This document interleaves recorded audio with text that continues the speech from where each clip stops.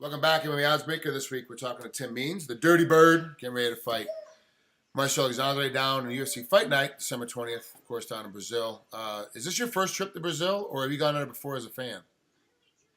been my first trip, so get to go down there, go to work, check the place out. Great place to fight, but you're an American, you're gonna get booed. It's just what's gonna happen.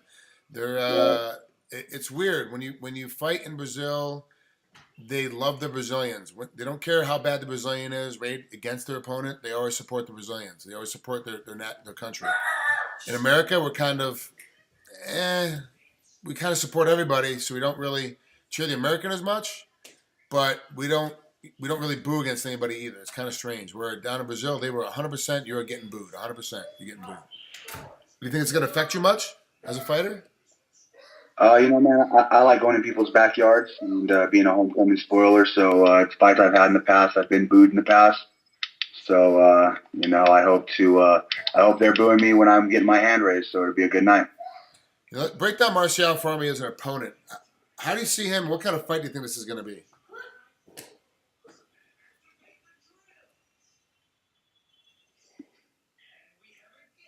Oh, you froze up on me there. Did you catch my question, Tim? You froze up on me for a second. Yeah, you froze up on me too about if Brazil's going to be hard to handle if they're booing me. Yeah. How hard is that going to be for you? You said you're used to that. It's pretty simple. And then I went on to and said, break down Marcio as an opponent for me.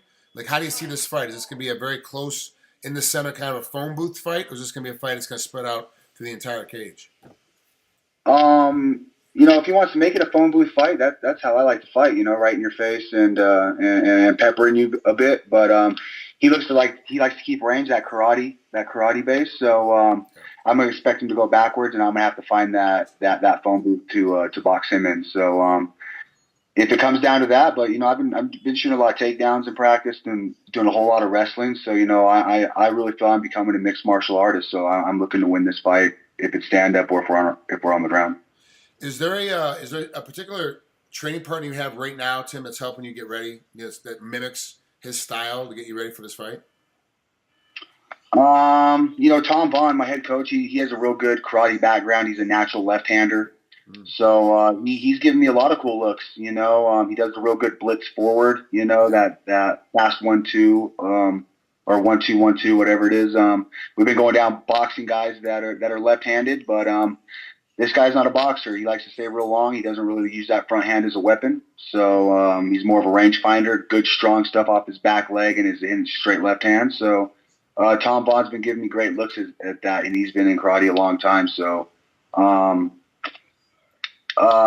don't see this guy being better than me anywhere in this fight. So I'm looking to push the pace and just get inside that ring. Are you a guy that spends a lot of time watching tape on your opponent, or are you a guy that spends more time just worrying about yourself?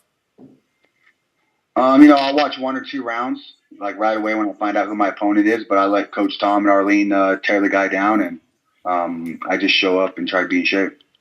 What do you do in your off time? Those rare occasions where you get a half day off or 1 day off of practice. What do you do on those days during training camp?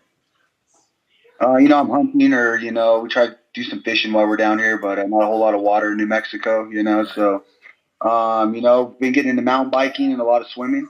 And just trying to stay healthy and trying to learn how to be an athlete. It actually comes with a manual where you can learn to be an athlete, you can learn to eat right, but it needs to be an everyday thing, and that's kind of sometimes hard to do.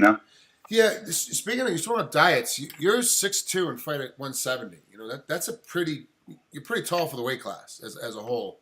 Do you have a very hard time making weight, or you keep yourself pretty close to weight all the time? 170 not too hard. 155 was getting to be terrible, so but now I've been in the weight room more trying to get my strength up, and I was tipping the scales at 208, when I got the phone call for this fight. So my weight's definitely moving up, and not so much thinking of me having a diet right now as I eat foods for the results in training, the way I feel, the way my endurance feels. I eat food for the results. So yeah, I have no idea how you ever made 55. Like, I don't understand it. Your frame and your size, like it just seemed like to me like I never thought you could completely perform at your best level, because there's no way you can recover that much between making weight at 4 o'clock and then fighting at 8 o'clock the next night. Like you still had to be somewhat still in the hole a little bit.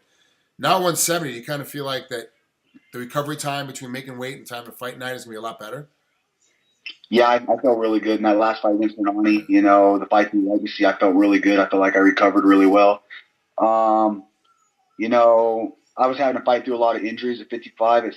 I was Yeah. depleting myself to the fact to where I was still mentally strong, but at the same time, my body wasn't wanting to hold up either. And um, we have a short window to do this fighting, and that, and to get as many fights as we possibly can. And if I'm constantly hurt, I'm missing those opportunities. So to move up, more nutrition, better, cleaner nutrition, it's just been an awesome move. So I'm not having to miss too many family barbecues. Nice. So things are a lot better, and I'm enjoying training again. I'm not having to stress about that weight cut. What about the weight room? Because you said you were around 208 when you got the phone call for the fight, and obviously you're a lot lower than that now because the fight's coming up and you want to be able to make weight. But how much time are you spending in the weight room now during training camp, and especially in the hot part of the season? With everything I do, man, with the pool and everything, it's twice a week. I go in there twice a week for conditioning, and it's a lot of push-pull stuff, sleds, resistant bands, stuff like that. Yeah. So I'm not really getting the bodybuilder look, nothing like that. It's not ever going to be in my future. I'm not going to win any bodybuilding contests anytime soon. But my power overall, I feel on a different level, and I'm really enjoying the results. That's Tim Means is getting ready to fight December 20th, UFC Fight Night against Marcio Alexandre Jr. It's going to be a great fight. It's going to be two good strikers. But like Tim said, he's trying to become an all-around, mixed martial artist. So I have a feeling, I've never trained with you. We've never been in the same training room together.